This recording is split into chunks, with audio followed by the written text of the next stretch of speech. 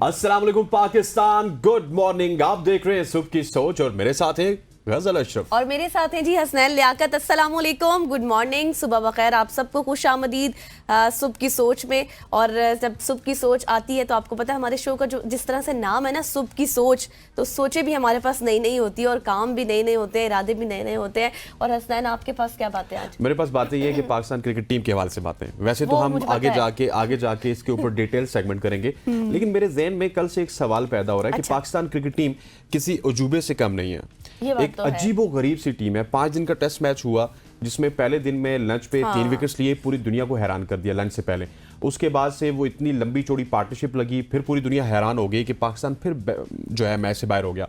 फिर 600 plus runs बनाए south Africa ने, तो पाकिस्तान की सारी टीम 194 रन पे आउट होगी। और वही टीम जब वापस बैटिंग करने आई तो उसका कोई भी बल्लेबाज 200 पे आउट नहीं था। और अल्टीमेटली हम टेस्ट मैच तो हार गए, हमें क्लीन स्वीप भी हो गया, व्हाइट वॉश हो गया साउथ अफ्रीका के हाथों। लेकिन ये अजूबे जैसी टीम ऐसी है कि जो कि खबरें बनाती है और पूरी दुनिया को हैरान करती है। और ये जब हारती भी है ना तो शायद उतना दुख नहीं होता जितना होना चाहिए, क्योंकि फाइट बैक करके हारती है। तो आज मेरे पास ये खबर है, इसके ऊपर हम तफसीली गुफ्तगू भी करेंगे अपने आगे जाके सेगमेंट के ऊपर कि ये क्या है, पाकिस्तान क्रिकेट टीम के साथ क्या कुछ चल रहा है। एग्जैक्टली। और अब अपनी सोशल स्टोरीज की जाने बढ़े। जी हाँ, हमारे पास बहुत सी सोशल स्टोरीज भी हैं। और सबसे पहले आपको बताते हैं कि पाकिस्तानी शहरी आसिफ बशीर की इंडियन सिविल अवार्ड के लिए आसिफ बशीर साहब वही हैं जो हमारे प्रोग्राम में भी आए थे। अच्छा, जी बिल्कुल, एग्जैक्टली, आप ठीक कह रहे हैं। और ये उन्हीं की खबर आपके साथ हम शेयर कर रहे हैं।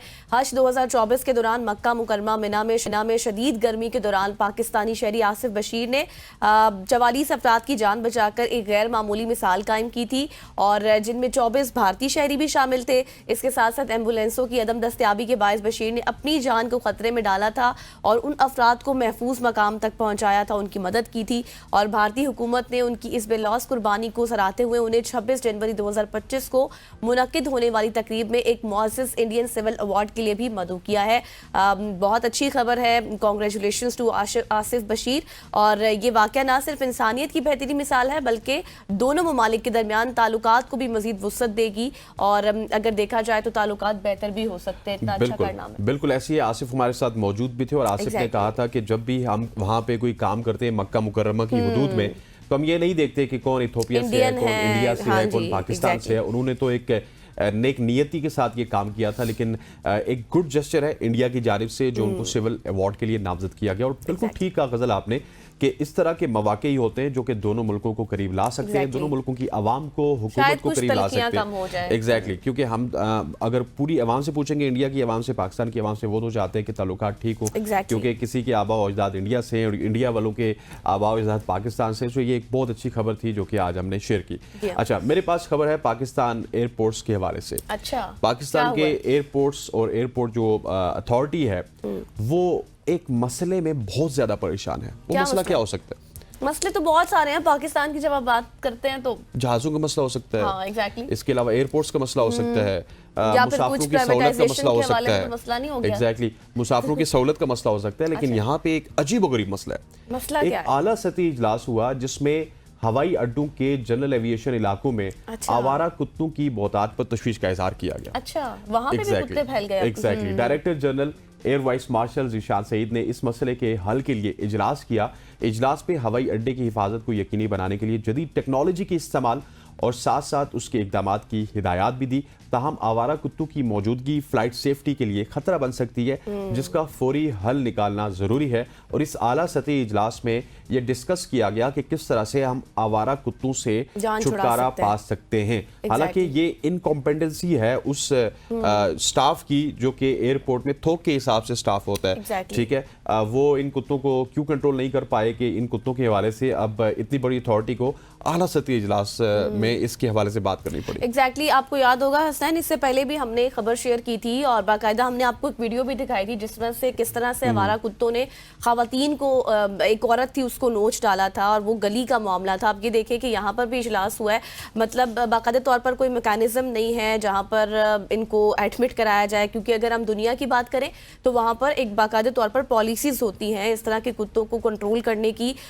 उनके कोई इदारे होते हैं जहाँ पर उनकी वैक्सीन के हवाले से भी काम किया जाता है। लेकिन खैर ये इजलास हुआ, पहले मेरे ख्याल हम आवारा कुत्तों को ना गजल मार भी देते थे, लेकिन उसके बाद हुआ मारना तो हल नहीं है। हाँ, लेकिन कौमी असेंबली में भी एक बिल पास हुआ जिसमें आप आवारा कुत्तों को या फिर कुत्तों को मार नहीं सकते। ये तो बिल बहुत ही अच्छा है, लेकिन उसके अलावा जो गजल बात कर रही है कि इनका ठिकाना क्या होगा, इनको संभालना कहाँ पे है, अनफॉर्चुनेटली उस हवाले से गवर्नमेंट ऑफ पाकिस्तान भी खामोश है और अब एयरपोर्ट अथॉरिटी को इस हवाले से कुछ इकदाम करने पड़ेंगे। कम से कम एयरपोर्ट की हुदूद में ही वो कोई ऐसा सेटअप बना लें जहाँ पे वो कुत्तों की देखभाल कर सके, इनकी निगहदाश्त के हवाले से काम कर सके, ताकि वो बाहर रनवे पे आपको नजर ना आए। और रनवे पे जब कुत्ता नजर आता है तो वो डेफिनेटली जहाज के लिए बड़ा खतरे का बायस होता है। खैर, हम ये एक्सपेक्ट कर सकते हैं कि यहाँ पर इजलास हुए तो आगे इस हवाले से कोई मैकेनिज्म बना लिया जाए। आगे बढ़ते हैं, आपको खबर देते हैं मक्का मुकरमा आपको लिए चलते हैं, जहाँ पर वाकई अबराज जो है होटल है एक, जो कि दुनिया का सबसे बड़ा होटल है। इससे पहले हमने बड़ी बड़ी बिल्डिंग्स के हवाले से बात की थी, बुर्ज खलीफा हमने देखी, और इसके अलावा मजीद और भी बिल्डिंग्स हैं जो बड़ी बड़ी हैं। लेकिन क्या आपने ये देखा है कभी कि इतना बड़ा जो है आपके पास होटल हो जिसमें आपके पास 12 टावर्स हैं, 12 टावर्स पर मुश्तमिल इस होटल की हर इमारत में 45 मंजिलें हैं, यानी इमारतें 45 इमारतें हैं। इसके साथ साथ आप देखें कि 10,000 कमरों के साथ 70 शानदार रेस्टोरेंट्स भी शामिल हैं इसमें। ठीक है, अभी सिर्फ यहाँ पे ख़त्म नहीं हुई बात, बल्कि इसमें 5 हेलीपैड और सऊदी शाही खानदान के लिए 5 मुकम्मल मंजिलें भी मुख्तस की गई हैं।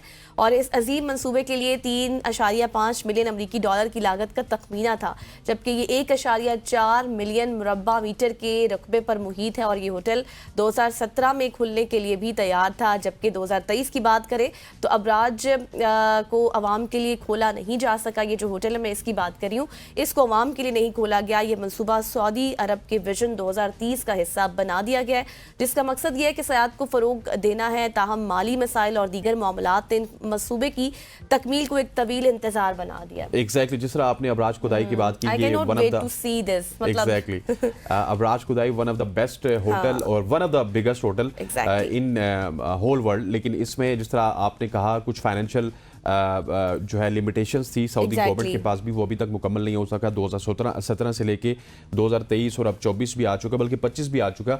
लेकिन इसको विजन 2030 में इसी वजह से शामिल किया गया कि वहाँ पे जाके कहीं ना कहीं पे 27 पे या 26 पे या 25 पे इवन इसी साल में इसका आगाज़ हो सकते हैं। That will be very very good, क्योंकि जो मक्का है और मदीना है ये बेसिकली उनकी एक हॉस्पिटैलिटी इंडस्ट्री है। यहाँ पे पूरी दुनिया के ज़ायरीन जाते हैं, तो ज़ायरीन के लिए भी जो इसको अफोर्ड कर सकते हैं उनके लिए ये बहुत ही सुनहरी मौका होगा कि इस होटल में वो स्टे कर सकते हैं। अच्छा, आज मैं आपको सऊदीया से लिए चलता हूँ पड़ोस में, अच्छा, इंडिया में, ठीक है, और इंडिया से लिए चलता हूँ आपको अमेरिका में। ठीक है, एक ऐसा शख्स आप लेके जा सकते हैं। जब भी मैं किसी मुल्क की बात करती हूँ तो आप मुझे पूरी दुनिया घुमाते हैं। मैंने हमेशा से आपको एग्जैक्टली दुनिया का सबसे ज्यादा तनख्वाह लेने वाला मुलाजिम कौन है, आपको पता है? अच्छा, कितनी तनख्वाह होगी?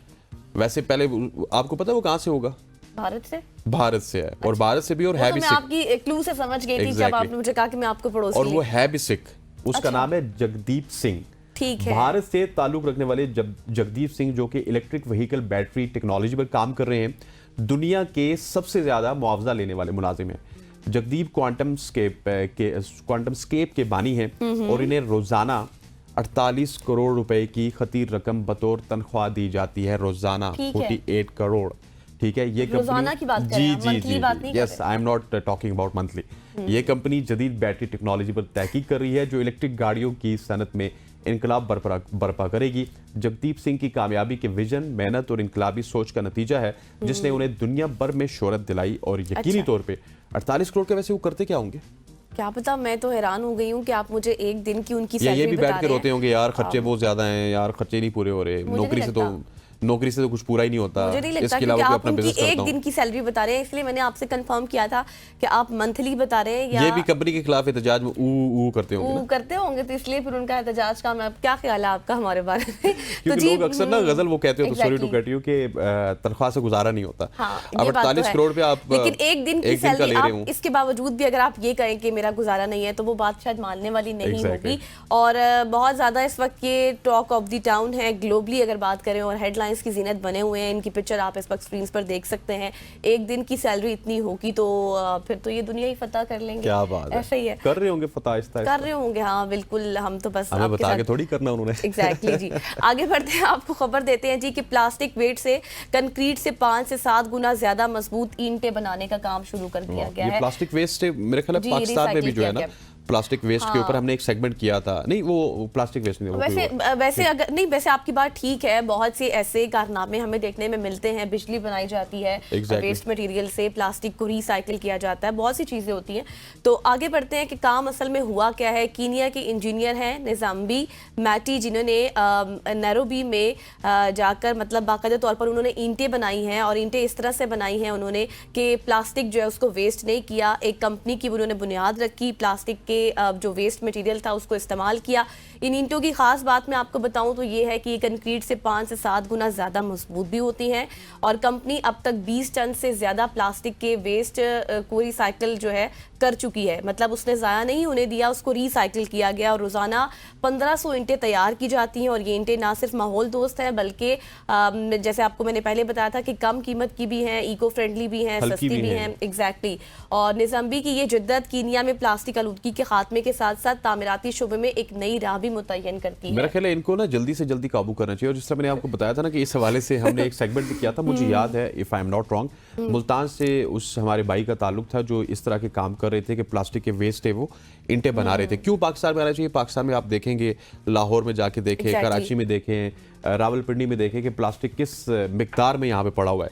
तो यहाँ पे ये इंडस्ट्री रातों रात फ्लरिश हो सकती है, और हमारा वो जो प्लास्टिक है ना उससे जान भी छूट सकता है। एग्जैक्टली। अब आगे बढ़ते हुए आपको एकदम से मैं इंडिया ले जाऊंगा। बार बार आप मुझे इंडिया क्यों लेके जा रहे हैं? पहले भी खबर मैंने आपके साथ शेयर किया, आपने पहली खबर इंडिया की बताई ना, लेकिन अब आप मुझे आपने कहा कि आसिफ बशीर को इंडिया वाले सिविल अवार्ड दे रहे हैं, तो मैंने कहा कि इंडिया की हर खबर आपको बताता हूँ। लेकिन मैं इंडिया से हट चुकी हूँ, आप बार बार मुझे उधर ही लेके जा रहे हैं। बार बार आपको लेके जाऊंगा। अच्छा जी, गोश्त के नाम पर मुसलमानों को निशाना बनाने वाले भारत में गोश्त कितना खाया जाता है वैसे? एग्जैक्टली। और इसी बिना पर, मतलब गोश्त की बिना पर हमारे इतने इख्तिलाफात भी हैं, क्योंकि आपको पता है कि वहाँ पर जिस तरह से हम लोग भैंस वगैरह हमारी कुर्बानी होती है उनकी, तो वो इस चीज़ को अच्छा नहीं समझते और हमसे इख्तिलाफ करते हैं, और वहीं पर इतना ज़्यादा गोश्त खाया जा रहा है। एग्जैक्टली। और दुनिया का जो सबसे बड़ा एक्सपोर्टर है बीफ का, वो भी एक हिंदू है। हाँ जी, और जहाँ पे जिस मजहब में जो चीज़ मना होती है वो बहुत ज़्यादा की जाती है। भारत में हिंदू अक्सरियती मुल्क होने के बावजूद गोश्त खाने वालों की तादाद मुसलसल बढ़ रही है। नेशनल हेल्थ एंड फैमिली सर्वे के मुताबिक सबसे ज़्यादा गोश्त खोर भारतीय रियासतें, जिनमें नागालैंड है जिसमें 99.8% लोग गोश्त खाते हैं। 100% ही कहते हैं। एग्जैक्टली। मगरबी बंगाल की बात करें तो ये तकल्लुफ़ी किया वैसे ही उन्होंने 100% लिखे थे। मगरबी बंगाल में 99.3%, ये भी 100 कर दे, 100% है। केरला में 99.1% और आंध्र प्रदेश में 98.25% और तमिलनाडु में 97.65%, मतलब सारे ही 100% खा रहे हो। भारत में हिंदू बरादरी में गोश्त खाने को पसंदीदगी की निगाह से नहीं देखा जाता, लेकिन इसके बावजूद मुल्क में गोश्त खाने वालों की तादाद में मुसलसल इजाफा हो रहा है। और जब ये, मैं आपको थोड़ा सा क्रिकेट से रिलेटेड करके बताता हूँ, जब हमारे फास्ट बॉलर्स होते थे इमरान खान या फिर सरफराज नवाज, वो बड़े पेसी बॉलर होते थे। इंडिया से सिर्फ कपिल देव होते थे जो थोड़ा बहुत पेस निकालते थे, तो उनके अलावा उनके बॉलर्स का पेस नहीं निकलता था। तो हम जब अपने बॉलर से पूछते थे क्यों पेस नहीं निकालते, वो कहते थे गोश्त नहीं खाते। आजकल बुमराह पेस निकाल रहे हैं, मुझे लगता है बुमराह भी गोश्त खा रहे होंगे। और आप देखें कि ये बात हम नहीं कह रहे, बल्कि ये बाकायदा सर्वे हुआ है, सर्वे में चीज़ सामने आई है। और जहन वाली बात कि इतना तरद्दुद करने की जरूरत नहीं थी। 99.7, 99.8, पूरा 100, तो मतलब 100 में से एक आध लोग हैं जो नहीं खा रहे। तो इस तरह के इख्तिलाफात बढ़ाने से पहले अगर आप अपने मुल्क में थोड़ी सी तहकीकात कर लें और सर्वेस पढ़ लें कि क्या हो रहा है, तो शायद ज्यादा बेहतर है। ऐसे ही है। अच्छी खबर थी ना, खुश हुई ना? बहुत अच्छी खबर थी और मुझे पढ़कर मजा भी आया। आगे बढ़ते हैं और हम आपको बड़ी मतलब हैरत अंगेज सी खबर देंगे अब आपको ये चीन से, क्योंकि जहाँ पर एक अनोखा कारनामा किया गया है फैमिली के अंदर। बाप ने बेटे की मंगेतर से शादी कर ली। ओह, ये कैसे हुआ? कैसे शादी तो बेटे ने करनी थी, बाप कहाँ पे बीच में टपक पड़ा? और फिर शादी करके जाहिर है वही बेटे की जो दुल्हन थी उसको अपने घर ले आना, मतलब अजीबोगरीब सा ये वाक़या है। एग्जैक्टली। मतलब अगर हम इसको हर एंगल से देख सकते हैं, अगर हम इसको फन के एंगल से देखें तो ये अलग है, सीरियस एंगल से देखें तो अलग है, एक मतलब दुख के एंगल से देखें तो वो अलग चीज़ है।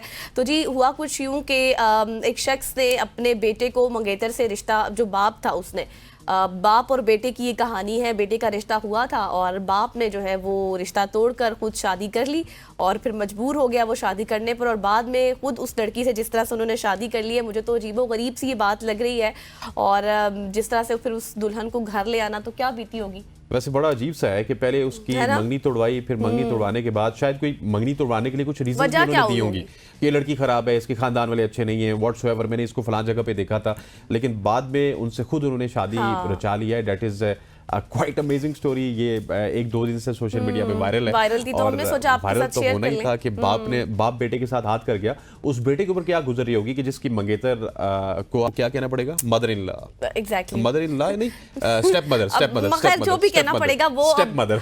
अब वो उनकी घर का मैटर है जो भी है, लेकिन एक अजीबो गरीब सा वाकया बताने का मकसद ये बेगम से नहीं अम्मी था। बनने का सफर। एग्जैक्टली बताने का मकसद ये नहीं था कि इस तरह की एग्जाम्पल्स को आप लोग भी फॉलो करें, बल्कि थोड़ा सा इसको कंडेम करना चाहिए। अगर दूसरी सूरत हाल में देखा जाए तो यहाँ पर हमारी स्टोरी का वक्त खत्म हो गया। एग्जैक्टली, यहाँ पे वक्त वो चाहता है एक शॉर्ट सी कमर्शियल ब्रेक का ब्रेक चाहता। लेते हैं, वापस आते हैं, stay with us. Welcome back after the break. जी कल हमने अपनी सेगमेंट्स में एक स्टोरी शेयर की थी, आपको याद होगा, जिसमें हमने बात की थी वायरस के हवाले से कि चाइना से बहुत से वायरसेस पहले भी आए हैं, लेकिन अब एक नया वायरस है जिसके नमूने इस वक्त पाकिस्तान में भी मौजूद हैं। तो आज बाकायदा तौर पर हमने सोचा कि इस पर एक सेगमेंट कर लें और देखा जाए और सुना भी जाए डॉक्टर से कि क्या प्रिकॉशंस होने चाहिए उस वायरस के। उस रिलेटेड हम बात करने जा रहे हैं। हालिया जो वायरस है उसने दुनिया को एक बार फिर से अलर्ट कर दिया है। चीन में एक नया सांस की बीमारी का वायरस ह्यूमन मेटाप्यूनो वायरस, जिसको हम HMPV भी कहते हैं, वो तेज़ी से फैल रहा है, जो बच्चों, बुजुर्गों और कमज़ोर मुदाफ़ती निज़ाम वाले अफराद को सबसे ज़्यादा मुतासिर कर रहा है।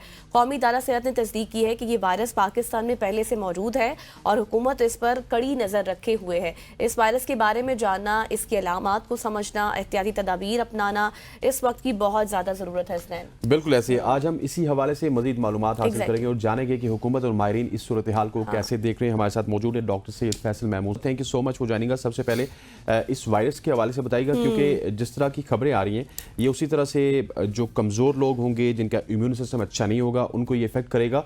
How dangerous this is for Pakistan and world wide, क्योंकि हमें पिछली दफ़ा तो पता है कि पूरी दुनिया बंद हो गई थी। इस दफ़ा अगर एहतियाती तदाबीर ना की गई तो कितना ज़्यादा मुश्किल हो सकती है पूरी दुनिया के लिए और पाकिस्तान के लिए। जी, वालेकुम सलाम, बुलाने का शुक्रिया। तो देखिए, इसमें ये है कि ये वायरस जो है ये कोविड जैसा नहीं है। ये वायरस ऐसा है जिसके बारे में हम कई सालों से जानते हैं। इससे केसेस इक्का-दुक्का आते रहते हैं और ये इतना शदीद इन्फेक्शन नहीं पैदा करता। अमूमन जो शिद्दत का इन्फेक्शन होता है वो उन लोगों में जिनकी उम्र बहुत कम है या जिनकी बहुत ज़्यादा है। मगर अगर दूसरे वायरसेस से कंपेयर करें जो कि ये नज़ला खांसी पैदा करते हैं, तो ये निस्बतन हल्का-फुल्का इन्फेक्शन करता है।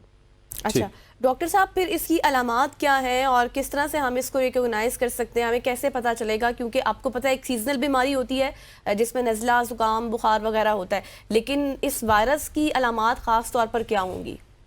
तो ये एग्जैक्टली यही है, ये सीजनल ही वायरस है। तो जो जब नज़ला, खांसी, ज़ुकाम, बुखार होता है तो ये एक वायरस नहीं है, बहुत सारे मुख्तलिफ वायरसेस हैं जो ये वाले अलामात पैदा करते हैं, जिसमें ये ह्यूमन मेटानिमो वायरस इसमें से एक शामिल है।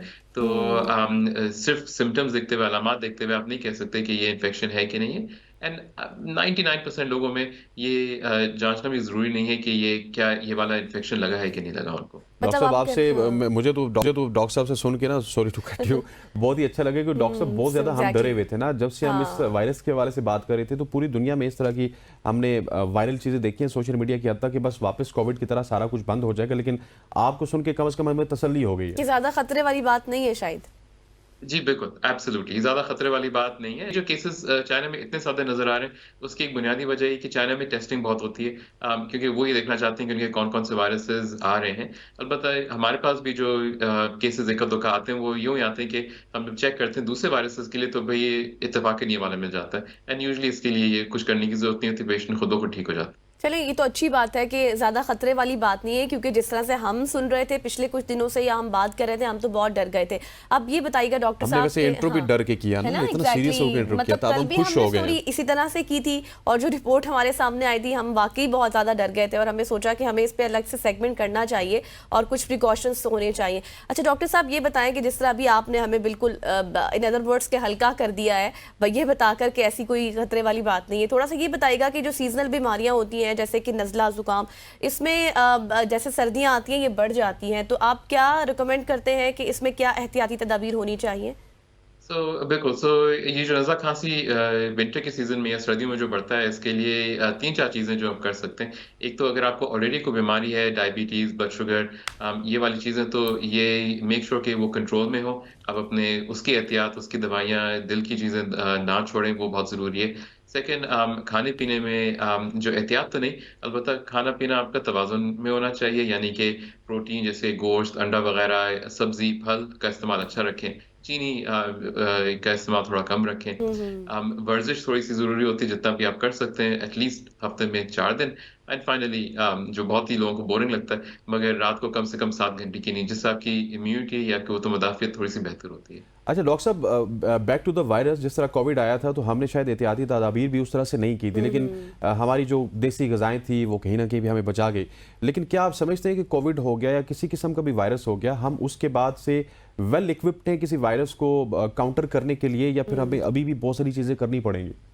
ये आपका बहुत अच्छा और मुश्किल सवाल है, क्योंकि वो डिपेंड करता है वायरस कौन सा है। ये अच्छी बात ये है कि दुनिया के अंदर इसकी सर्वेलेंस या उसकी तशख़ीस होती रहती है कि कौन से वायरस हैं जो आजकल फैल रहे हैं। हमारे 2-3 वायरसेस रेडार पे ऊपर ज़रूर हैं, अलबत्ता अभी वो कहीं फैले नहीं हैं, बड़े नहीं हैं, मगर एटलीस्ट कोविड के बाद हम ये ज़रूर है कि हम पहले से थोड़ा-सा प्रिपेयर्ड तो हैं। एंड इस सिलसिले में गवर्नमेंट ने भी काम किया है कि हमारी थोड़ी-सी प्री प्रिपरेशन भी रहे। अच्छा डॉक्टर साहब, ये बताइएगा, जैसे अभी हसनैन ने आपसे वायरस के हवाले से बात की ना, मैं इसी को थोड़ा सा आगे बढ़ाऊंगी। अगर इन केस किसी वायरस की कोई इत्तला होती है फॉर एग्जांपल, और अगर नहीं भी होती जैसे आप कह रहे हैं, तो कोई ऐसी वैक्सीन है जो इंसान मतलब जो इसको इफेक्ट ना करे, उसकी हेल्थ के ऊपर लगवाई जा सकती है, जिस पर काम हो रहा हो? एब्सोल्युटली। तो देखिए, जैसे मैंने बताया कि इस तरह के वायरस या नज़ला, खांसी, ज़ुकाम जो है, ये बहुत सारे वायरसेस जो करते हैं ये वाले, मगर उसमें से 3 वायरस ऐसे हैं जो कि ज़्यादा शदीद इन्फेक्शन कर सकते हैं। उसमें से एक तो हम जाने-पहचाना हमारा कोविड है। उसकी नई वैक्सीन है जो पाकिस्तान में अनफॉर्चुनेटली है नहीं। दूसरा एक वैक्सीन एक वायरस जिसको इन्फ्लुएंजा कहते हैं, और उसकी वैक्सीन अलबत्ता ज़रूर होती है, जो कि डेफिनिटली अक्टूबर में लगा लेना चाहिए, जिसको फ्लू वैक्सीन कहते हैं। तो याद रखिए, फ्लू वैक्सीन जो है आपको नज़ला खांसी से नहीं, मगर ये जो एक बहुत खतरनाक वायरस है इन्फ्लुएंजा, उससे बचाता है। और एक थर्ड वायरस है जिसको RSV कहते हैं, उसके केसेस काफ़ी आ रहे हैं हमारे पास, उसमें काफ़ी शदीद इन्फेक्शन हो रहा है। उसकी भी वैक्सीन मौजूद तो है, मगर पाकिस्तान में आजकल वो मौजूद नहीं है। अच्छा डॉक्टर साहब, स्पेशली अगर मैं वायरसेस की बात करूं या फिर बीमारियों की बात करूं, आपकी मौजूदगी का फ़ायदा उठाते हुए आपसे ये सवाल करना चाहता हूं कि हमने देखा है कि जितनी ज़्यादा वैरायटी आ रही है फूड में, उतनी ज़्यादा बीमारियां भी फैल रही हैं, और डिफरेंट डिफरेंट ऐसी बीमारियां देखने को मिलती हैं जो आज से शायद 50 साल पहले या 100 साल पहले नहीं थी। सो ये जो बीमारियां फैलती हैं या बीमारी आपको होती है, इसका सरासर जो ताल्लुक है वो डाइट से होता है। डाइट अगर आप अपनी अच्छी कर लेंगे या क्लीन कर लेंगे, तो जो इन्वायरमेंटल फैक्टर्स हैं वो आपको इतना इफेक्ट कर सकते हैं या नहीं कर सकते? सो ये अनफॉर्चुनेटली हर जरासीम का अपना ही तरीका होता है कैसे वो फैलता है। कुछ जरासीम ऐसे होते हैं जो डेफिनेटली खाने से, पानी से फैलते हैं, जिसमें जैसे टाइफाइड हो गया, डायरिया हो गया, हेपेटाइटिस A and E हो गया। मगर कुछ वायरस तो ऐसे होते हैं जो कि हवा से फैलते हैं, जैसे ये मेटानीमोवायरस, कोविड हो गया। एंड हर जरासीम का अपना एक तरीका होता है कैसे वो फैलते हैं। तो एज लॉन्ग एज आप एक हेल्दी लाइफस्टाइल इख्तियार करें, तो ज़्यादातर फिर आप इन बीमारियों से बच जाते हैं फॉर द मोस्ट। अच्छा, मतलब आपके कहने का मकसद ये है कि हम डाइट भी क्लीन रखें, लेकिन उसके बाद जो हवा के जरिए वायरस आते हैं वो मास्क से बच सकते हैं, मतलब मास्क लगाएं तो वो फिर जी, बचाव हो सकता है। मास्क। जी, बिल्कुल, मास्क में सबसे इम्पोर्टेंट बात ये है कि अगर आपकी तबीयत खराब है, आपको खुद नज़ला खांसी, तो प्लीज़ उस वक़्त मास्क पहनना लेकिन यहाँ बहुत पर भी ज़रूरी एक है। इशू आ जाता है कि मास्क को भी फिर हम पाकिस्तानी जो हवा में 2 घंटे उसकी लिमिट होती है शायद, तो वो 2 घंटे के बजाय 2 दिनों महीने चलता है। हाँ एग्जैक्टली, तो वो भी बीमारी। So, thank you so much doctor साहब, आप हमारे साथ मौजूद थे और वायरस से रिलेटेड हम गुफ्तगू कर रहे थे। लेकिन ये अच्छी बात है कि जिस तरह से हम सोच रहे थे, समझ अच्छा, रहे हम तो थे। बड़ा प्रिपेयर होके आए थे। डॉक्टर साहब से हमने 20 सवाल करने कि वायरस कितना खतरनाक है, Exactly. क्या कुछ हुआ, क्या कुछ नहीं हुआ। डॉक्टर साहब ने तो हमें 2 मिनट में वो कह मैंने दिया कहा कि ना ये कि उन्होंने इतना। हमें बहुत ज्यादा परेशानी से बचा लिया या फिर हल्का कर दिया, ये कह के कि ऐसा कुछ नहीं है, क्योंकि इस तरह का कोई वायरस अभी तक नहीं आया, और अगर हुआ तो उसके लिए जो है काम किया जा रहा है, क्योंकि हुकूमत पहले से प्रिपेयर्ड है, बहुत सा नुकसान पहले भी बर्दाश्त कर चुके हैं हम लोग। यहाँ पर वक्त हुआ एक ब्रेक का, ब्रेक के बाद हम बात करेंगे मुल्क की सियासत के ऊपर। Stay with us. Welcome back to show. अब हम बात करेंगे मुल्क की सियासत के हवाले से। मुल्क की सियासत इस वक्त पाकिस्तान तहरीक इंसाफ और गवर्नमेंट के दरमियान जो मुज़ाकरात हैं उनके इर्द गिर्द घूम रही है। गवर्नमेंट कह रही है कि पाकिस्तान तहरीक इंसाफ की जानिब से डिले है, लेकिन एक्चुअल डिले गवर्नमेंट की जानिब से ही नजर आ रहा है, क्योंकि उन्होंने मुलाकात करवानी थी बानी PTI से, जो कि मुलाकात अभी तक एक हो नहीं दौर, रही। दूसरा दौर, अब बात तीसरे पे चली गई है। बिल्कुल ऐसी है, और इसी हवाले से हमारे साथ मौजूद हैं साहिबजादा हामिद रजा साहब, जो कि सरबराह हैं सुन्नी इत्तेहाद काउंसिल के। उसके साथ साथ पाकिस्तान तहरीक इंसाफ के बड़े इलाई हैं और मुज़ाकराती कमेटी में भी ये शामिल होते हैं, और खान साहब से जितनी भी मुलाकातें होती हैं, हामिद रजा साहब वो मुलाकातों में भी शामिल होते हैं। हामिद साहब, थैंक यू सो मच, सुबह की सोच में आपने वक्त दिया। सबसे पहले मैं आपसे वक्त ज़ाया किए बगैर ये पूछना चाहूँगा कि आपको क्या लगता है जो डेडलॉक है इस वक्त गवर्नमेंट और पाकिस्तान तहरीक इंसाफ के माबेन, इसकी असल वजह क्या है? जी बिस्मिल्लाहिर्रहमानिर्रहीम। अभी कोई डेडलॉक तो नहीं है जी।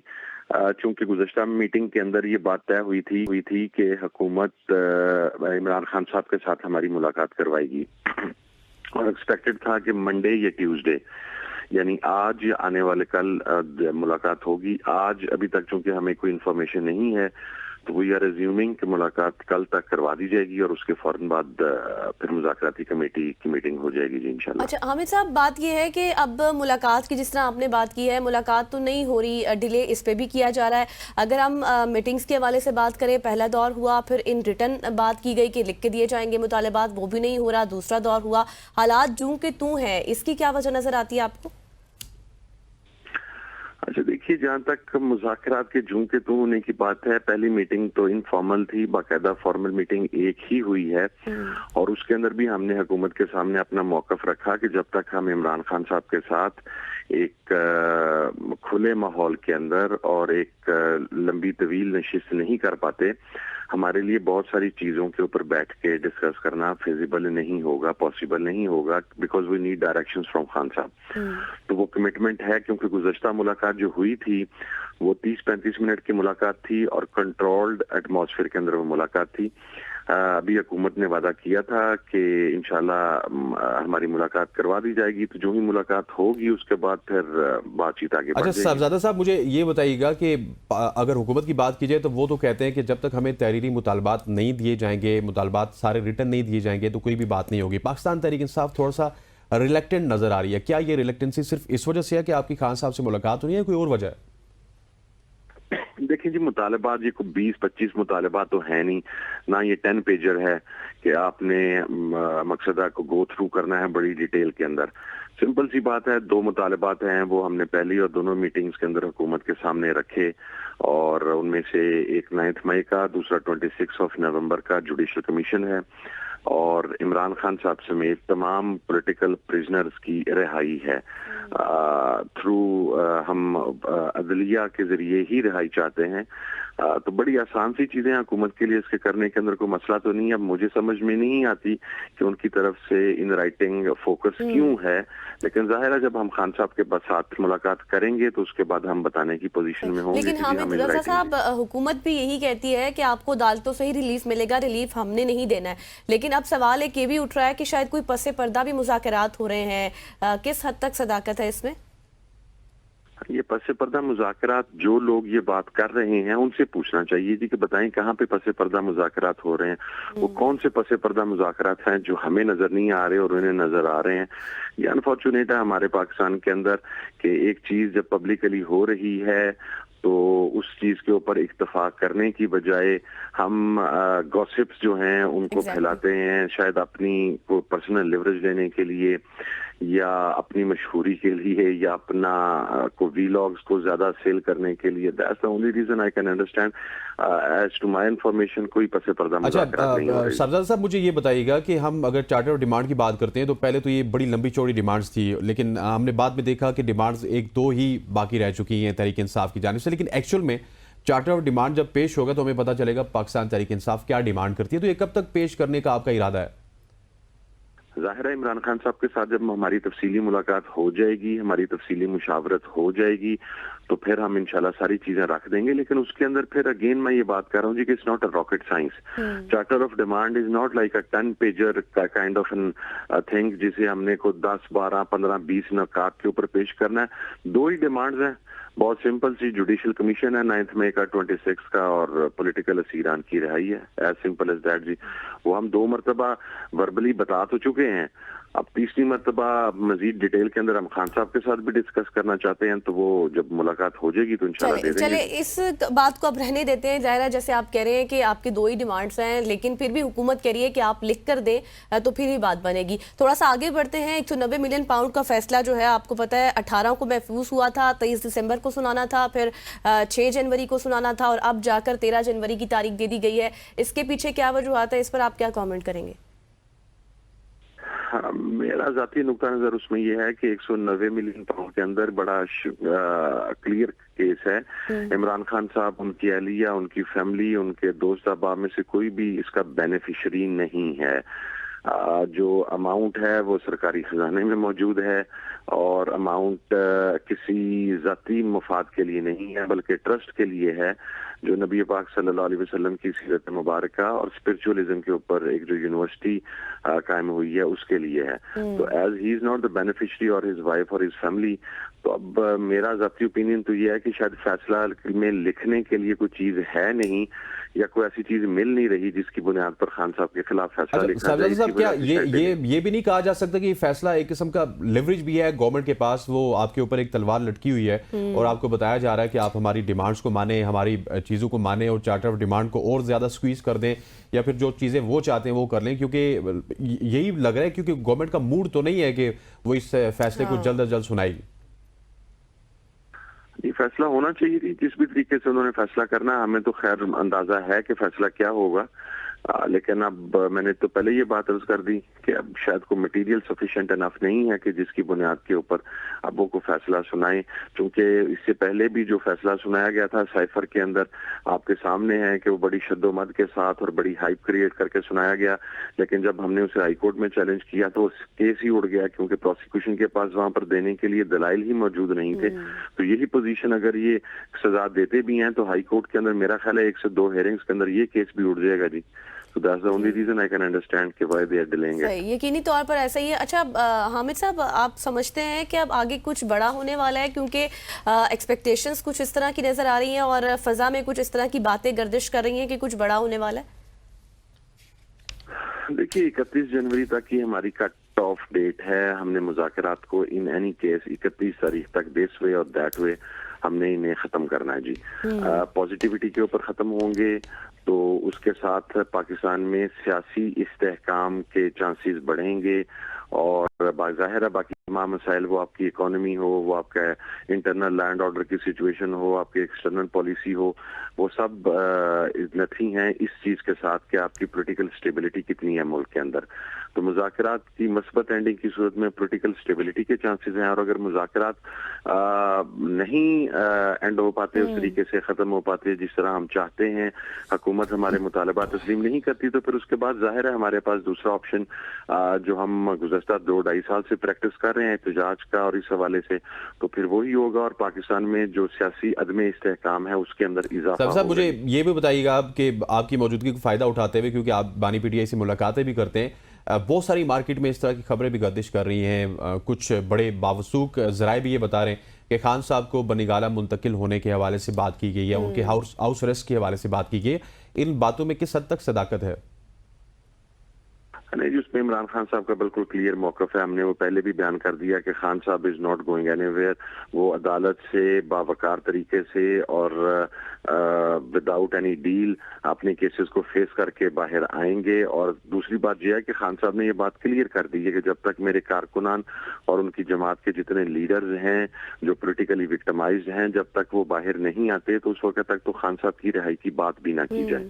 तो वो चीज तो बिल्कुल क्लियर है। तो ये जो को हाउस अरेस्ट और इस किस्म की बातें हैं, as if now they are just rumours जी। चले हामिद साहब, आखिर में बस ये बता दें कि इस वक्त आपको पता है कि डोनाल्ड ट्रंप भी आने वाले हैं, बस ओहदे का हलफ उन्होंने उठाना है, इस हवाले से भी बहुत उम्मीदें हैं पीटीआई को, किस हद तक रिहाई के इम्कानात है? देखें, दो चीजें हैं। खान साहब ने खुद भी अपनी स्टेटमेंट जो उनकी गुज़श्ता रोज जारी हुई, जो साथी खान साहब को मिल के आए थे, वॉज वेरी क्लियर कि जो गुज़श्ता या जो इस वक्त प्रेजेंट रजीम है बाइडन एडमिनिस्ट्रेशन की, उन्होंने ऑपरेशन रजीम चेंज के अंदर अपना किरदार अदा किया और पाकिस्तान के इंटरनल मामलात में मुदाखलत की। और हम एक्सपेक्ट कर रहे हैं कि जब ट्रंप एडमिनिस्ट्रेशन आएगी तो पाकिस्तान के इंटरनल मामलात में मुदाखलत नहीं होगी। और इमरान खान साहब बिल्कुल क्लियर हैं इस मामले के ऊपर, हम भी इसी तरह क्लियर हैं कि इमरान खान साहब की रिहाई, तमाम असीरान की रिहाई, हमारे तमाम जो मुतालबात हैं सियासी, वो पाकिस्तान के अंदर से ही तहरीक के जरिए और पाकिस्तान के अंदर वकूअ पजीर होने वाले हालात की बुनियाद के ऊपर होंगे। Thank you so much. Hamid Raza साहब हमारे साथ मौजूद है, thanks for being on the show. और तमाम सूरत हाल पर हम बात कर रहे थे, जिस तरह से पीटीआई में इमरान खान की रिहाई हो या फिर मुज़ाकरात के हवाले से बातचीत हो, डेप्थ हम गुफ्तगू कर रहे थे। लेट्स सी कि अब तीसरा दौर होता है तो फिर क्या होता है ना। अब यहाँ पर वक्त हुआ जी एक ब्रेक का, और ब्रेक के बाद हम बात करेंगे, आप सब जानते हैं कि सियासत और सियासत के बाद क्रिकेट, तो फिर stay with us. Welcome back after the break और अब हम बात करेंगे जी केप टाउन के मैदान में पाकिस्तान क्रिकेट टीम की एक और दिल दहला देने वाली शिकस्त के ऊपर, क्योंकि जनूबी अफ्रीका ने दूसरे टेस्ट में पाकिस्तान को 10 विकेटों से हराकर सीरीज में व्हाइट वॉश कर दिया और कौमी टीम की बैटिंग लाइन एक बार फिर से हमें बेबस नजर आई। फॉलो ऑन के बाद भी मजामत ना कर सकी। सेगमेंट में पाकिस्तान की बुरी कारकर्दगी पर रोशनी डालेंगे, जहां शान मसूद, बाबर आजम, सलमान अली आगा की इनफरादी कारकर्दगी के बावजूद टीम मजमूई तौर पर नाकाम रही है। और जनूबी अफ्रीका की बात करें तो वहां पर रिकल्टन की डबल सेंचुरी और बॉलर्स की शानदार कारकर्दगी ने पाकिस्तान को जिस तरह से मुतासिर किया है, इसके बाद क्या अल्फाज रह जाते हैं। बिल्कुल ऐसी है। इस तमाम तर मैच के ऊपर बात करने के लिए हमारे साथ मौजूद है senior sports journalist Naseem Rajput साहब। नसीम भाई, thank you so much for joining us. सबसे पहले जिसने पूरे एक मैच का नक्शा तो आपको बता दिया, लेकिन मैं आपसे सवाल ये करना चाहूंगा कि हमारी टीम एक अजीबो गरीब किस्म की टीम है, एक अजीबो गरीब उजूबा है कि 5 दिन के टेस्ट मैच में ऐसे ऐसे कारनामे कर देते हैं कि वो हार के बावजूद भी हेडलाइन बन जाती है। मसलन 194 पे पूरी टीम आउट और दूसरी तरफ 205 पे कोई नहीं आउट, और उसके बाद एक रेजिस्टेंस का मुजाहरा, रेजिलियंस का मुजाहरा हमें देखने को मिला पाकिस्तान क्रिकेट टीम की जानिब से। अनफॉर्चुनेटली हम टेस्ट मैच हार गए, लेकिन ये क्यों हो रहा है कि इतनी गैर तसलसल हमें कारकर्दगी नजर आ रही है पाकिस्तान क्रिकेट टीम की? नसीम भाई, आपको आवाज आ रही है? ठीक है जी, नसीम भाई से हमारा राब्ता अभी मुनक़ते हो चुका है। लगता है कि मेरा सवाल थोड़ा ज्यादा बड़ा हो गया था, इस वजह से आपने सवाल लंबा कर दिया और फिर उसके बाद जो है कनेक्टिविटी ने कहा कि शायद अभी जो है रहने देते हैं, पहले अपना सवाल पूरा कर ले। लेकिन खैर, जिस तरह से आप बात कर रहे थे, जिस तरह से जनूबी अफ्रीका ने अपने बॉलर्स को या फिर बैटर्स को इस्तेमाल किया, यूटिलाइज किया, एक स्ट्रेटजी उनकी नजर आ रही थी, बट अनफॉर्चुनेटली पाकिस्तान की उस तरह से स्ट्रेटजी नहीं थी। लेकिन बड़े बड़े नाम बाबर आजम ने फिर थोड़ा सा परफॉर्म करते हुए नजर आए हैं। बाबर की जानिब से देखिए काफी ज्यादा फेलियर थे बाबर के, क्रिटिसाइज बहुत किया जा रहा था। उनकी जानिब से 50 देखने को मिली, फिर 58 बनाए बाबर आजम ने, फिर 81 बनाए। तो कहीं ना कहीं पे बाबर आजम भी हमें परफॉर्म करते हुए नजर आए। और वैसे भी गजल, जब साउथ अफ्रीका की बात करें तो वहां पे बाबर आजम बहुत ही अच्छा परफॉर्म करते हैं। उनके साउथ अफ्रीका में इससे पहले शायद फास्ट पिचेस हैं और फिर फास्ट बॉलर्स उनको ज्यादा पसंद है। नसीम भाई, मैं सवाल फिर आपकी तरफ लेके आता हूं। मुझे बताइएगा कि पाकिस्तान टीम एक अजीबोगरीब अजूबा है। एक तरफ 194 में सारी टीम आउट हो जाती है, दूसरी तरफ 205 पे कोई आउट नहीं होता, और इतनी ज्यादा गैर तसलसल किस्म की कारकर्दगी है हमारी कि हमें खुद पता नहीं होता कि रिजल्ट हमारे हक में आएगा या फिर अपोजिशन के हक में आएगा। बिल्कुल आप सही कह रहे हैं यार, कोई इनकंसिस्टेंसी की भी कोई एक हाइट होती है। हसनैन, अगर आप देखें तो जिस तरीके की सूरत हाल रही है, आप ओडीआई सीरीज 3-0 मारते हैं, T20 सीरीज 3-0 हार जाते हैं, आप टेस्ट सीरीज पे 2-0 हार जाते हैं।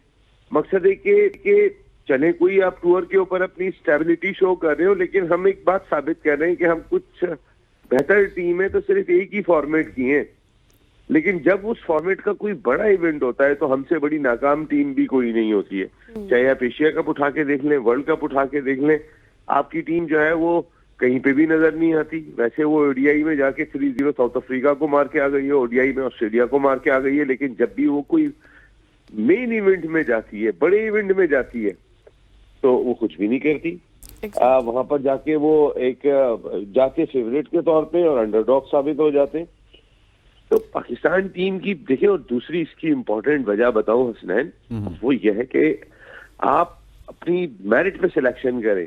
आप बगैर स्पिनर के यार खेल रहे हैं, सारी दुनिया बगैर स्पिनर के नहीं खेलती।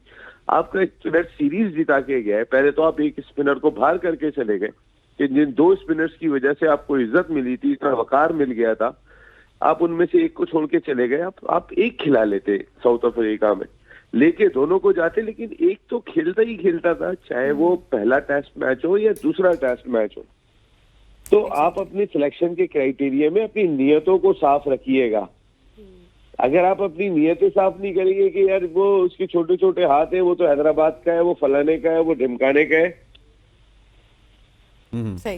अच्छा, तो फिर रिजल्ट अच्छे नहीं आएंगे। अभी आपने ये बात की है ना कि मेरिट पर सिलेक्शन होना बहुत ज्यादा जरूरी है, ये बहुत जबरदस्त बात आपने की है। लेकिन विन और lose is a part of game. अब जिस तरह से मुसलसल नाकामियां हम देख रहे हैं, क्या अब हम इससे यही नतीजा अखज़ करें कि क्या हमारी टीम अब बैरून मुल्क नहीं खेल सकती, या फिर इस तरह के साथ खिलाड़ियों के साथ पाकिस्तान की नहीं बन सकती, नहीं खेल पाएगा अब वो? देखिए, मैं बात ये कर रहा था गजर कि हर टीम में कोई ना कोई कंसिस्टेंसी होती है। एग्जैक्टली। आप कहीं ना कहीं कुछ ना कुछ तो अपने आप को शो करके दिखा रहे होते हैं। भाई इंडिया ने अगर ऑस्ट्रेलिया में जाके एक टेस्ट मैच जीता, बाकी हार गए, तो कहने का मकसद है कुछ तो जीत के भी दिखाया है ना, हम जो हारते हैं वो Exactly. लाइन से हारते हैं। तो ऐसे। ये इस चीज को दूर करने की जरूरत है। और इसमें गजल जो मुझे लगता है, देखें माजी में भी ये चीज होती थी, हम मेरिट पे सिलेक्शन नहीं करते थे और हमारी पसंद के खिलाड़ियों की टीम हुआ करती थी। आज अगर आकिब जावेद आके भी इंसाफ नहीं करेंगे, क्योंकि देखें आज में अगर ये कहे कि शान मसूद ने टीम बनाई है, या असद शफीक ने बनाई है, या अजहर अली ने बनाई है, आप इन सबको पीछे कर दें, ये टीम आकिब जावेद ने बनाई है। The one and only Aqib Javed. अब वो चाहे वो अपने सिलेक्टर से कोई काम ले रहे हो या नहीं ले रहे हो, लेकिन अथॉरिटी आकिब जावेद ही है। बिल्कुल। आप मेरिट करें, मेरे ख्याल में हसन मेरिट नहीं है टीम सिलेक्शन में। अच्छा नसीम भाई, मुझे सिर्फ एक चीज समझा दीजिएगा, आपने तसलसल की बात की, आप अगर दूसरी इनिंग्स को देख लीजिए, कामरान गुलाम, साउद शकील, रिजवान, फिर सलमान अली आगा, इवन आमिर जमाल, सारे के सारे बल्लेबाज उनको स्टार्ट भी मिला, लेकिन वो स्टार्ट पे उस तरह से कैपिटलाइज नहीं कर सके, अपनी 40 को 50 में या 50 को 100 में कन्वर्ट नहीं कर सके। सो टीम में दमखम तो जरूर मौजूद है, लेकिन कहीं ना कहीं पे आपके प्लेयर्स की भी ट्यूनिंग की जरूरत है। यह ट्यूनिंग पता है किस सतह की चाहिए? ट्यूनिंग इस सतह की चाहिए हसनैन कि आपकी दुनिया की आप कोई भी टेल एंडर्स उठा के देख लें यार, वो कभी ना कभी तो स्पार्क शो करके जाते हैं, वो अपनी टीम के लिए लड़ रहे होते हैं। हम तो क्लब लेवल की तरह आउट हो रहे होते हैं। हम ऐसा लगता है कि हमारे टॉप ऑर्डर को ही ट्रेनिंग कराते हैं, अपने लोअर ऑर्डर को तो हम सिर्फ बॉलिंग ही करवाते हैं। भाई तुम बॉलर खेल रहे हो, बॉलिंग करोगे। उसका भी उसमें भी अच्छा, उसमें लड़ाई की स्किल्स कम दिखाई देती है, लड़ने की, डट के खड़े होने की जो हम देखते हैं। पैट कमिंस को आप उठा के देखें, एजलवुड खड़े हो जाते हैं, इधर क्रिस वोक्स खड़े हो जाते हैं, उधर आप जाके देखेंगे तो इंडिया में वो जडेजा और नीचे से अश्विन खड़े हो जाते हैं। हमारी टेल में ये कौन से ऑलराउंडर है भाई? Aamir Jamal more than enough, आपने काफी चांस दे दिया। अब आप जाए, हमाद बट भी आपके पास एक मौजूद है जो अभी आपको कायद-ए-आज़म ट्रॉफी का फाइनल जीता है, इन फॉर्म प्लेयर है।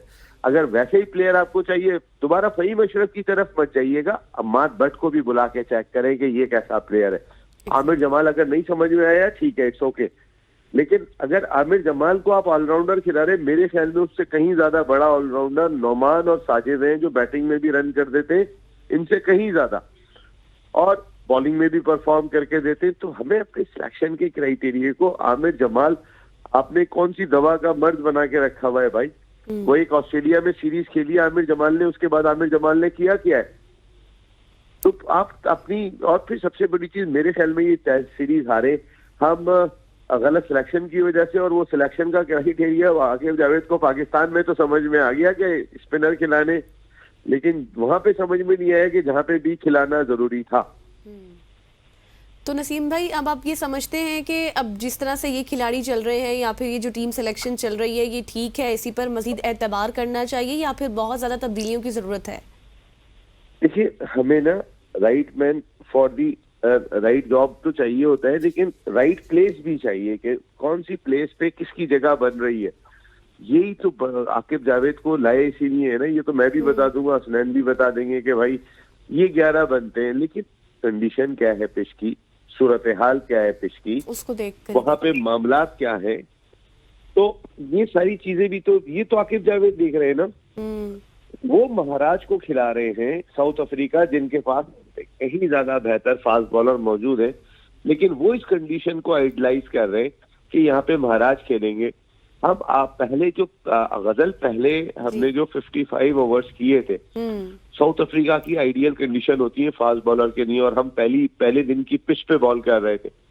उन 55 ओवर में 11 ओवर जो है वो हमने आगा सलमान से कराए थे। तो अगर हमने आगा सलमान से ही कराने थे तो हम जेन्युइन स्पिनर के साथ क्यों नहीं खेले? 30 से ज्यादा ओवर हम करवा रहे हैं आगा सलमान से।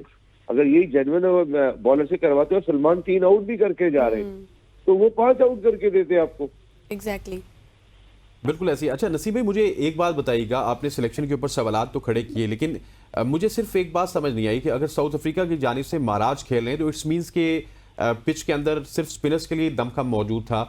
आप आमिर जमाल को रेस्ट दे सकते थे, उनकी जगह नुमान अली को खिला सकते थे, लेकिन अनफॉर्चुनेटली नसीम शाह के ऊपर वो एतमाद नहीं किया जा रहा उनकी इंजरी के बाद। आप उन पे एतमाद करेंगे तो वो कम बैक करेंगे। वो एक मैच खेलते हैं, दूसरे मैच में बाहर हो जाते हैं और आउट ऑफ नोवेयर नसीम के ऊपर ये तलवार गिरती है। मुझे ऐसा लगा नसीम उस सेटअप का हिस्सा नहीं थे, और माइट बी पॉसिबल जिस वक्त नसीम कोयटा ग्लैडिएटर छोड़ रहे थे उस वक्त बहुत सारे लोगों की उम्मीद थी कि नसीम हमारे पास आ जाए। उस वक्त उनकी फॉर्म बहुत ऊपर थी, उनमें लाहौर कलंदर्स की भी ख्वाहिश थी कि नसीम उन्हें ज्वाइन करने जाए। वो इस तरह के बॉलर उस वक्त बने हुए थे। वो इस्लामाबाद यूनाइटेड चले गए थे अपने दोनों भाइयों के साथ। शायद ये भी एक क्राइटेरिया उनके गले में पड़ा हुआ है। अच्छा नसीम साहब, ये बताइएगा कि अब जिस तरह से साइम की जो इंजरी हमने देखी है, कितना बड़ा आपको लगता है कि नुकसान हुआ है टीम के लिए? किस हद तक इसने इफेक्ट किया है टीम को?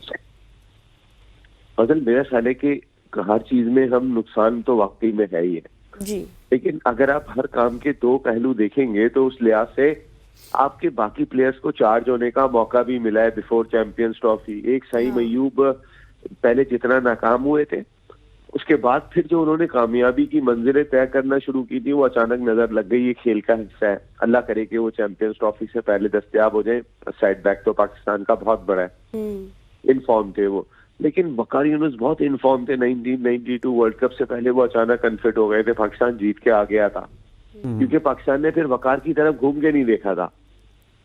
अब हमें साइम को याद नहीं करना है। साइम आ गए तो अनफिट हो गए, समझ में आ गया ना। टाइम आ गए, वेल एंड गुड, बहुत अच्छा है। उसके लिए पूरी कोशिश करें। जैसे मोहसिन नकवी साहब एफर्ट कर रहे हैं, भिजवा दिया लंदन, तैयारी करा रहे हैं। अगर महमूद को वहां भेज दिया, सही है। इससे ज्यादा क्या कर सकते हैं? वो वक्त पे फिट हो जाए। अनफॉर्चुनेट है कि अनफिट हो गए, लेकिन ये बाकियों को चार्ज अप होने का पूरा मौका है वापस के। वरना एक बैट्समैन जब कभी बहुत फॉर्म में होता है ना, तो दूसरे थोड़े से वैसे भी लाइट में नहीं होते उस तरीके से, जरा थोड़े सा कम ऑटोमेटिक हो जाते हैं। वो खेल ही इतना अच्छा रहा होता है। एग्जैक्टली सईम अच्छा खेल रहा था। आपने देखें कि सईम के जाने के बाद बाबर में कैसी एक लेवल डिफरेंट था। मुझे रिजवान पे हैरत हुई जैसे वो शॉट मार के आउट हुए, क्रीज से निकल के 46 पे मार रहे। अरे भाई, आपको मकसद है अब तो गेम सेंस आ जाना चाहिए। कैसे शॉट मार के आउट हो रहे हो, और आखिर क्या आपकी जो पहली इनिंग में विकेटें गिरी है, आप यकीन करें गलत ऐसा लग रहा था क्लब लेवल की टीम है। वो पीछे हट के ऐसे बल्ले को गेंद को बल्ले से लगा देना है, वो पॉइंट पे कैच दे के आ रहे हैं जैसे खेलना नहीं जानते। कोई अनाड़ी आए में, या उनमें जीत के या इनमें लड़ने की सलाहियत नहीं है, इनमें ख्वाहिश नहीं है, ये फील करा रहे हैं खिलाड़ी। ऐसे ही ये फील नहीं होना चाहिए। देखिए, एक विकेट खुद देना होता है, और एक विकेट सामने वाला बॉलर लेकर जाए आपकी विकेट तो समझ में आए। आप जब खुद देते हुए दिखाई देंगे तो क्रिटिसाइज होंगे, और ऐसा आपने अनफॉर्चुनेटली नसीब भाई, ये सारे के सारे आपके 5 के 5 बल्लेबाजों ने खुद ही अपना विकेट दिया, किसी भी बॉलर ने उनका विकेट नहीं लिया। अच्छा नसीब भाई, जिस तरह साइम की आपने बहुत ही खूबसूरत एग्जांपल दी, आपको इस वक्त साइम अयूब के मुतबादल के तौर पे टेस्ट क्रिकेट में कौन उनको रिप्लेस करता हुआ नजर आ रहा है? क्योंकि अब्दुल्ला की तो उस तरह से फॉर्म नहीं लगी, और साथ ही वेस्ट इंडीज की टीम भी पहुंच आई है, तो कोई बड़ी तब्दीलियां देख रहे हैं वेस्ट इंडीज के दौरे में पाकिस्तान क्रिकेट टीम में? देखिए, इमाम वापस आ जाएंगे, मुझे ऐसा लगता है। इमाम को अभी अपने शाहीन का कप्तान बनाया है। मैं फखर को देखना चाहता हूँ। मैं फखर को तीनों फॉर्मेट में देखना चाहता हूँ। मुझे बहादुर और लड़ने वाले प्लेयर चाहिए जो ऊपर से आके अटैक करें। आज क्रिकेट जो है वो हम थोड़ा से डिफेंसिव मोल्ड में जाते हैं। आज सारी दुनिया आके, आप अगर साउथ अफ्रीकन ओपनिंग प्लेयर को देखेंगे, वो जहां मौका मिलता है थक चौका, जहां मौका मिलता है थक चौका। आज क्रिकेट चेंज हो गई है। तो मैं तो चाहूंगा कि मैं फखर को देखना चाहूंगा, और अब्दुल्ला शफीक को मैं थोड़ा सा आराम जरूर चाहूंगा। देखिए, अब्दुल्ला शफीक कोई बेहतर फ्रेम ऑफ माइंड में नहीं लग रहा है। सही, वो बहुत ज्यादा नाकाम है। सही। नसीम भाई, जिस तरह से अभी हम ये सारी डिस्कशन तो कर रहे हैं, देखें अब बेसिकली तो ये प्रैक्टिस ही है, आगे चैंपियंस ट्रॉफी है। इस तरह से मुसलसल नाकामियां, फिर इस तरह से मेरिट पर फैसले ना होना, चैंपियंस ट्रॉफी में फिर क्या हाल होगा? देखिए, अच्छा साइन ये रहा गजल कि आपने ऑस्ट्रेलिया में व्हाइट वॉश किया, आपने साउथ अफ्रीका में व्हाइट वॉश किया, और आप ओडीआई का ही चैंपियंस ट्रॉफी खेलेंगे। तो इस फॉर्मेट में जिसमें आपने चैंपियंस ट्रॉफी खेल ली है, आपकी टीम जीत के ऑस्ट्रेलिया में और साउथ अफ्रीका में आ रही है। ये आपका एक कॉन्फिडेंस लेवल बूस्ट करने वाली वजह है, और आप जाके अपनी कंडीशन में खेलेंगे।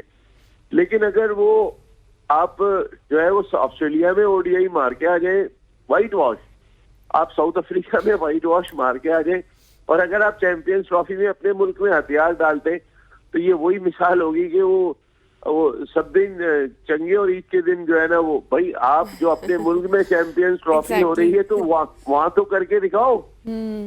जब आप ऑस्ट्रेलिया में 3-0 व्हाइट वॉश करके आ रहे हो, आप साउथ अफ्रीका में, तो आपके पास रीजन ये तो नहीं है कि भाई ठीक है हमारे से टेस्ट में अच्छा परफॉर्म नहीं हुआ, हम T20 सीरीज हार गए, हम ये सीरीज तो जीत के आ रहे हैं और दुनिया की मुश्किल तरीन कंडीशन में जीत के आ रहे हैं। जी हाँ, तो उसके असरात हमें चैंपियंस ट्रॉफी में तो नजर आने चाहिए ना।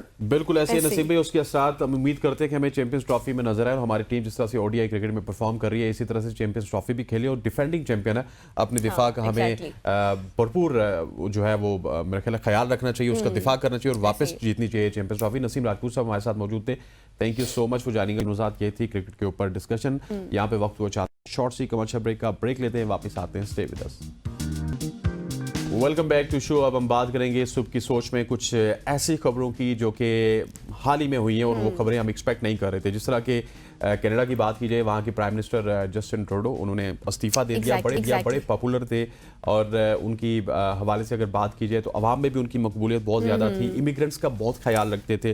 सो इमिग्रेंट कम्युनिटी बहुत बड़ी है, इंडिया से, पाकिस्तान से, बांग्लादेश से लोग वहाँ पे मौजूद हैं, उनका क्या होगा, बहुत सारे मसाइल पैदा होंगे। लेकिन ट्रूडो जिनके ताल्लुकात उनकी अपनी पार्टी से ख़राब हुए, पहले उनके एक मिनिस्टर ने इस्तीफा दिया, फिर उसके बाद उनके ऊपर बहुत ज़्यादा दबाव बढ़ा और फिलहाल तक उन्होंने ये ऐलान कर दिया कि वो इस्तीफा दे रहे हैं और फिर इस्तीफे के साथ साथ ये भी ऐलान किया कि जब तक उनकी पार्टी कोई नया सरबराह नहीं बनाती तब तक वो काम जारी रखेंगे। निगरान वज़ीर आज़म के तौर पर वो काम करेंगे। 24 मार्च तक अब ये सिलसिला इस तरह जारी रहेगा।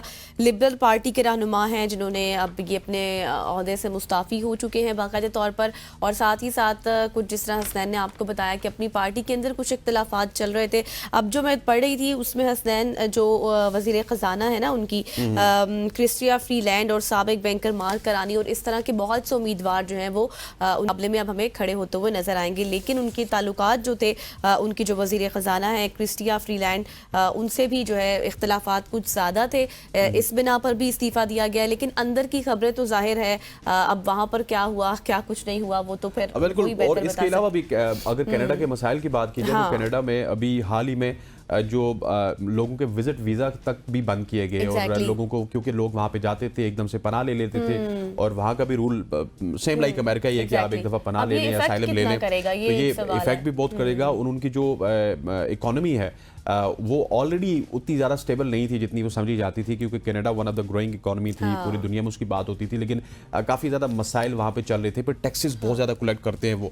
सो ये तमाम तर मसाइल को देखते हुए मेरा ख्याल है कि जो नया प्राइम मिनिस्टर आएगा उसके लिए कोई आसान नहीं होगा। और इनकी जो शख्सियत थी ट्रूडो की, वो काफ़ी करिश्मेटिक शख्सियत थी, लोग इनको पसंद करते थे, यंग थे, एनर्जेटिक थे। इसके बाद जो इनको रिप्लेस करेगा वो देखते हैं कोई यंग ही हो गया, कोई बाबा होगा। एग्जैक्टली, मैंने आपको बताया ना जो लोग उम्मीदवार अभी इनके मुकाबले में खड़े हुए हैं कि वो उन्हीं के साथ इनके कुछ इख्तलाफात भी थे। लेकिन अब सवाल एक ये भी उठ रहा है कि अमेरिका के बेहतरीन दोस्त भी थे, व्हाइट हाउस की स्टेटमेंट ये सामने आई है कि हमारे जो है मुखलिस और बेहतरीन दोस्त थे। लेकिन अब सवाल एक ये भी उठ रहा है हसनैन इसके साथ साथ कि क्या इनके इस्तीफा देने की वजह ट्रंप भी हो सकते हैं, क्योंकि ट्रंप के आने के बाद थोड़ी सी जो मकबूलियत का दायरा था वो ट्रूडो का कम हो गया था। बिल्कुल बिल्कुल ऐसे ही। और एक खबर जो पाकिस्तानी मीडिया में चल रही है कि ट्रूडो ने आइंदा इलेक्शन ना लड़ने का ऐलान किया। इस हवाले से उन्होंने कहा कि मैं कैनेडियन शहरी हूं, मेरा ये हक है, मैं इंतखाबात में हिस्सा ले सकता हूं। वैसे भी 2015 से लेकर 2024 तक 25 तक बल्कि आप कह सकते हैं एक 10 साल का अरसा था जिसमें वो प्राइम मिनिस्टर रहे।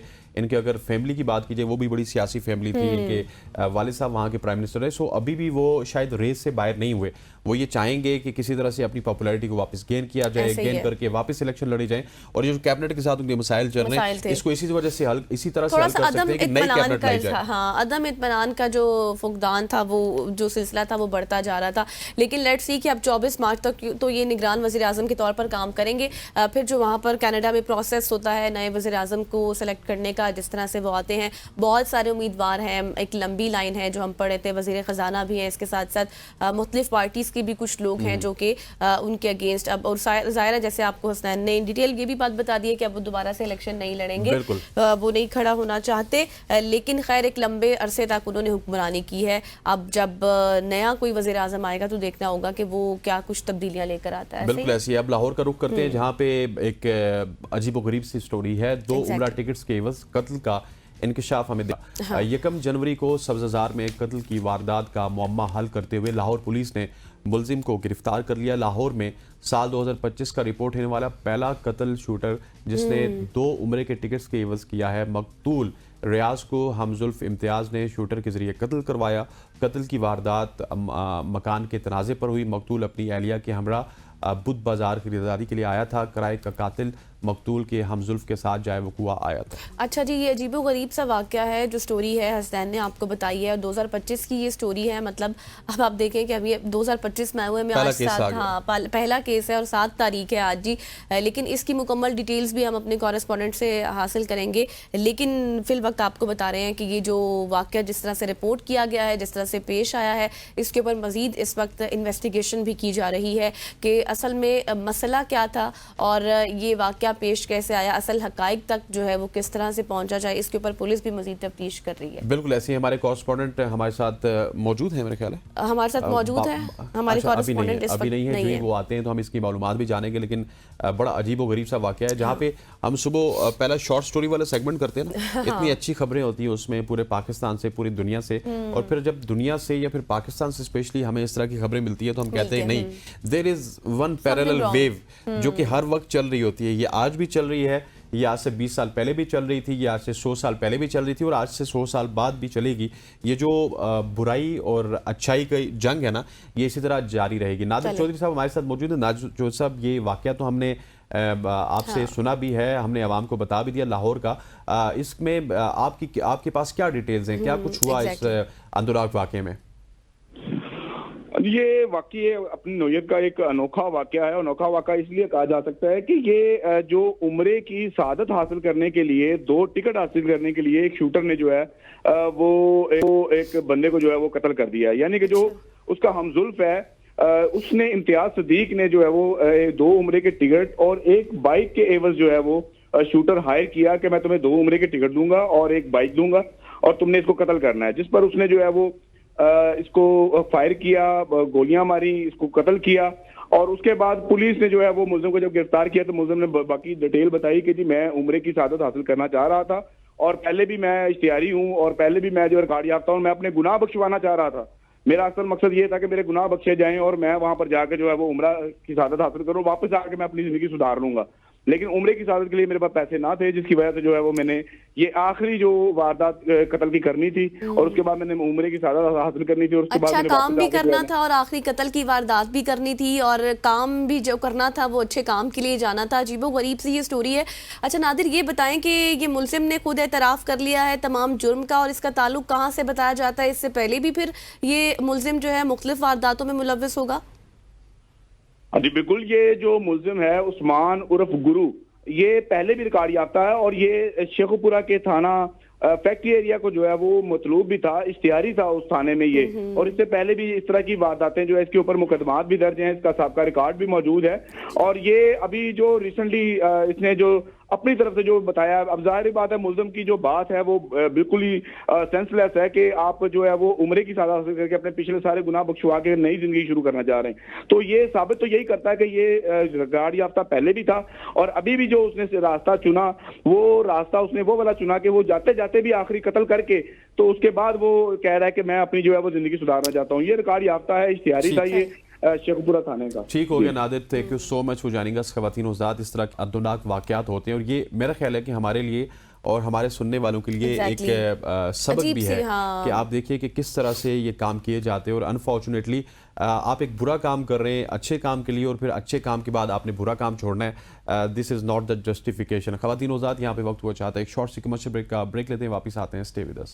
इस वक्त मोटापे का फिटनेस का मसला लोग शॉर्टकट्स को इस्तेमाल करते हैं, लेकिन शॉर्टकट्स इस्तेमाल करने के बाद किस हद तक वो उनके बॉडी पर इफेक्ट करता है या फिर नहीं करता। आज हमारे साथ मौजूद है मारिया खान साहिबा, जो कि एक मारूफ फिटनेस एक्सपर्ट हैं और सेहतमंद तर्ज ज़िंदगी के हवाले से फेमस भी है। मारिया खान का मिशन सिर्फ वजन कम करना नहीं है, बल्कि लोगों को एक सेहतमंद और एक बैलेंस ज़िंदगी गुजारने की तरफ उनकी रहनुमाई करना है। और आज हम बात करेंगे उन शॉर्टकट्स और फिक्सेस के बारे में जो कि लोगों को वज़न कम करने के लिए आजमाए जाने चाहिए, या फिर दीगर जो सर्जरीज होती हैं, ओज़ैम्पिक हो गया या फिर दीगर जो मारिया साहिबा खुद ही बताएंगी कि कौन सी सर्जरीज जो है उनका इस्तेमाल इस्तेमाल किया जा सकता है, या फिर आप कौन सी डाइट इस्तेमाल कर सकते हैं? बिल्कुल ऐसे ही है। Maria, thank you so much for joining अस। आप लोगों का बहुत बहुत शुक्रिया, मुझे बुलाने के लिए बहुत शुक्रिया। अच्छा मारिया, जब भी वजन कम करने की बात होती है ना, तो हम कहते हैं कि ये ओवरनाइट कम हो जाए, फिर लोग सर्जरीज की तरफ जाते हैं। Exactly. लेकिन आज हम आपसे पूछना ये चाहेंगे कि वजन किस तरह से कम किया जा सकता है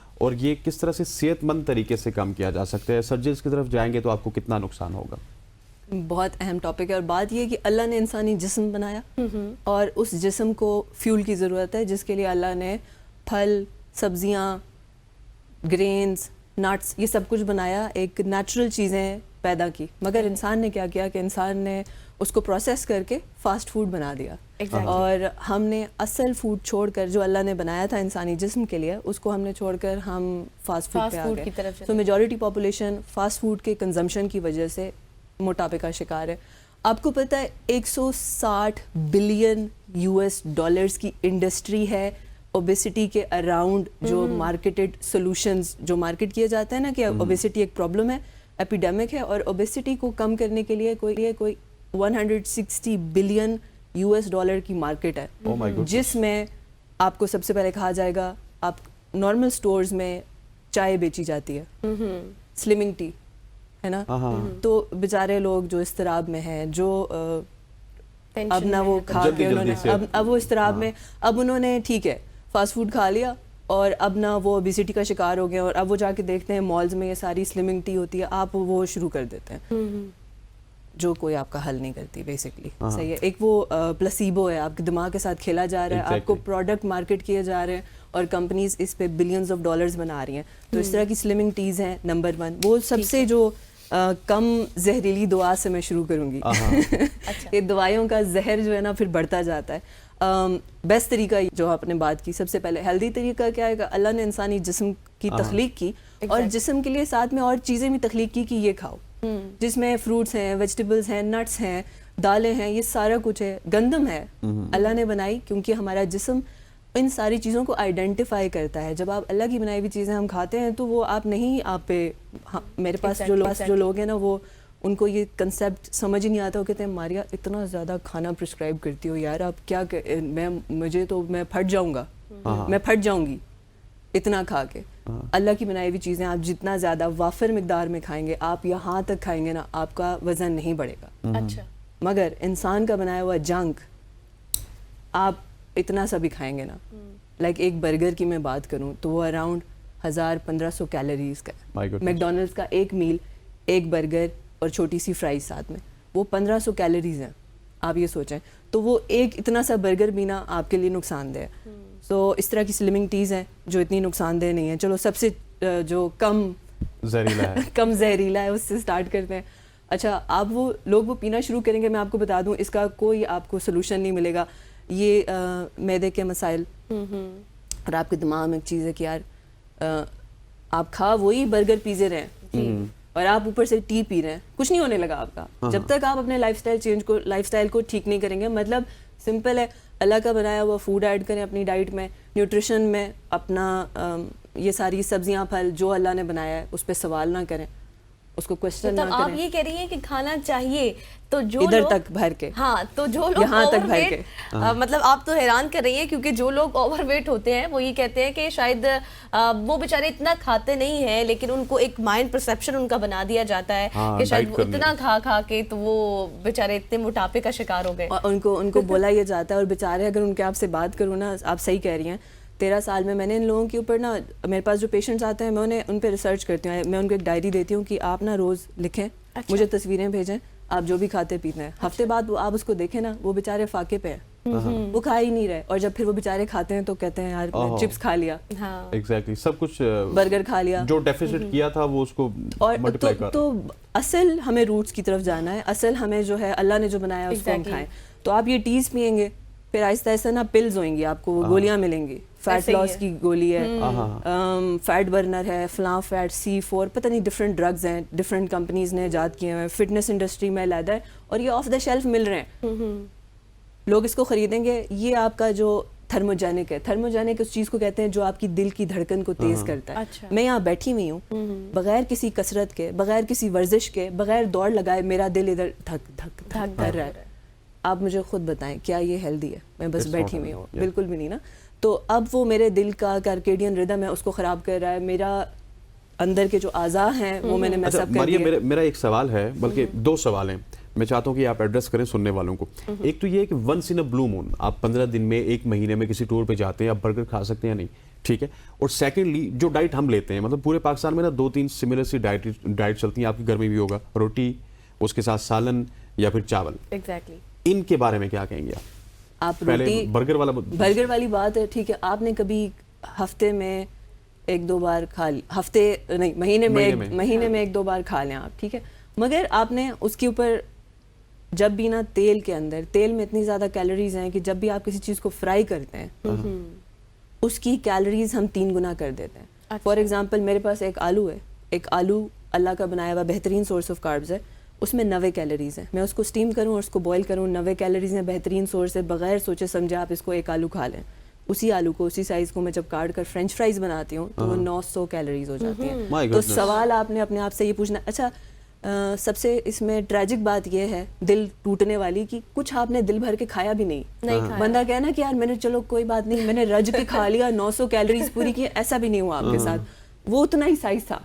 तो तलने से ये हो जाता है। तो आप अगर आप ऐसे लाइफस्टाइल में हैं जहाँ पे आप ऑयली चीज़ें खाते रहें, Aahista Aahista slowly and gradually, महीने में 3-4 हफ्ते में एक चीट कर लें, मगर आहिस्ता आहिस्ता आप सोचेंगे कि यार मैंने ना निकलना है इससे निकलना है। मुझे तो कमिंग बैक टू जो हमारा देसी खाना है, मैं रोटी खाती हूँ, नाश्ते में भी खाती हूँ, लंच में भी खाती रोटी हूँ। में बड़ी शुगर होती है, वो भी मोटा करती है और आपको। अच्छा रोटी कुछ लोग ये भी कहते हैं कि अगर हम रोटी छोड़ दें ना तो उनमें थोड़ा सा चिड़चिड़ापन भी पैदा हो जाता है, क्योंकि आपके दिमाग को कार्ब्स चाहिए। सबसे पहले हम जो भी खाते हैं उसका 35% हमारे दिमाग को फ्यूल करता है। तो अब आपने रोटी खानी है, रोटी में मसला नहीं है। तो ये जो पिछला कॉन्सेप्ट था ऑयल वाला, जब हम उसे पराठा बनाते हैं, प्रॉब्लम पराठे में, exactly। क्योंकि हमने रोटी में भी कहते काफी शुगर होती है। अच्छा देखें, वो जाके कन्वर्ट होता है ग्लूकोज में, बट आपकी बॉडी उसको आइडेंटिफाई करती है। आपकी जिस्म को पता है कि ये वीट है, मगर जब आप वो बर्गर खा रहे हैं उसको नहीं पता। ये जो आप इंसान की बनाया हुआ जो फूड है, सोडा पी रहे हैं, सबसे बड़ी बात सॉफ्ट ड्रिंक्स, आप ये सॉफ्ट ड्रिंक पी रहे हैं उसको पता ही नहीं है कहाँ है, वो जाके स्टोर कर रही है जिस्म में, ना वो कहीं पे डाइजेस्ट हो रहा है। और इस तरह के लाइफस्टाइल के साथ अगर हम ऊपर से आप ड्रग्स खाने शुरू कर दिए हैं, सारे ड्रग्स हैं कि मैंने कोई इस तरह की टी पीनी शुरू कर दिया, मैंने पिल्स लेने शुरू कर दिए, फिर आपको पिल्स से भी कुछ नहीं होगा। ये जो गोलियां हैं फैट लॉस की, वो भी आपको तेजाबियत, मैदे में दर्द, रिजल्ट नहीं आएगा। और फिर उसका सिस्टर कंसर्न्स आते हैं, बड़े भाई आते रहते हैं, उसका जो नेक्स्ट डोज है वो ये है कि ना इंजेक्शंस है। अच्छा इसमें, और अभी जो लेटेस्ट जो बहुत वायरल ड्रग चल रहा है, ओज़ेम्पिक चल रहा है, और उसके और भी वेरिएंट्स हैं, ये डॉक्टर्स प्रिस्क्राइब कर रहे हैं, अलमिया ये। तो डॉक्टर्स के पास लोग जा रहे हैं कि यार मेरा वजन ज़्यादा है, तो डॉक्टर्स प्रिस्क्राइब कर रहे हैं, इंजेक्ट कर रहे हैं। कम है, मैं बहुत शरीफ हूँ वाला आपसे सवाल करूंगा कि जब आप किसी डॉक्टर को स्विट्जरलैंड का ट्रिप करवाएंगी तो वो उसमें साइन कर देते हैं कि ये ठीक है, ऐसे ही है, ये सारा इसी तरह से चल रहा है। मारिया आपका बहुत बहुत शुक्रिया, थैंक यू सो मच। आपने आइंदा जल्दी आना है क्योंकि इस टॉपिक पे हमने आपको बुलाना भी है और आपसे अभी बहुत कुछ था जो आपसे पूछना था, आपने भी अभी हमने इधर देखा ही था। नहीं। अभी जो हमारे अपने सवालात थे उनको आप एड्रेस करेंगे। Thank you so much. खवातीन नौज़ात हमारे साथ मौजूद थी मारिया, जो कि हमें बता रही थी कि किस तरह से हेल्दी तरीके हम इस्तेमाल करके, एग्जैक्टली खाना अपने है, लेकिन खाना वो चीज़ है जो कि अल्लाह की बनाई हुई चीज़ है, वो चीज़ नहीं जो कि इंसान की बनाई हुई चीज़ है। और यकीन कीजिए जब ये बातें कर रही थी तो हमने सवाल बहुत कम किए और इनको ज़्यादा सुना है क्योंकि इतनी अच्छी बातें करी थी। खवातीन नौज़ात आज के प्रोग्राम का वक्त खत्म हुआ चाहता है, मुझे गज़ल को और हमारी पूरी प्रोडक्शन टीम को इजाज़त दीजिए। अल्लाह हाफ़िज़।